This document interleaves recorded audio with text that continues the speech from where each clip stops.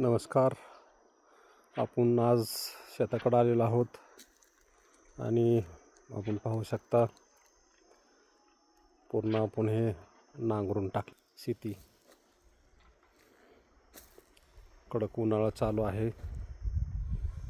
धारूळच्या आणि मोरड्याच्या शिवाला आपली शेती आहे.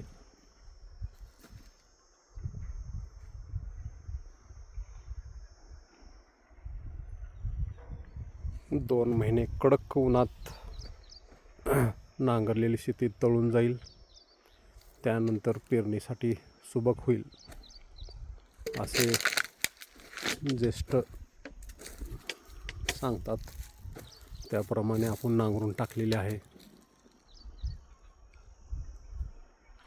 या ठिकाणी लिंबाचं झाड आहे आपल्या शेतात. मी सध्या आपट्याच्या झाडाखाली उभारलेलो आहे. आपट्याचं आणि लिंबाचं झाड आहे या ठिकाणी.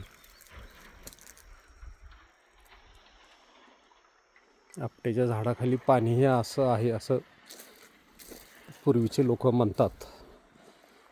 आणि आपलं मे महिन्यात बोरही पाडायचं चाललेलं आहे. या ठिकाणी आपण पॉईंट बघितलेला आहे. लिंबाचं झाड आणि दोन्ही लिंबाच्या झाडातच आपट्याचं झाड आहे.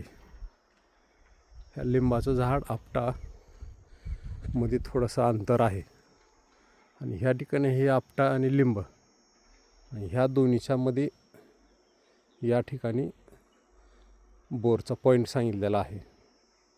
आपण मे महिन्यात 14-15 तारखेला बोर पाडणार आहोत.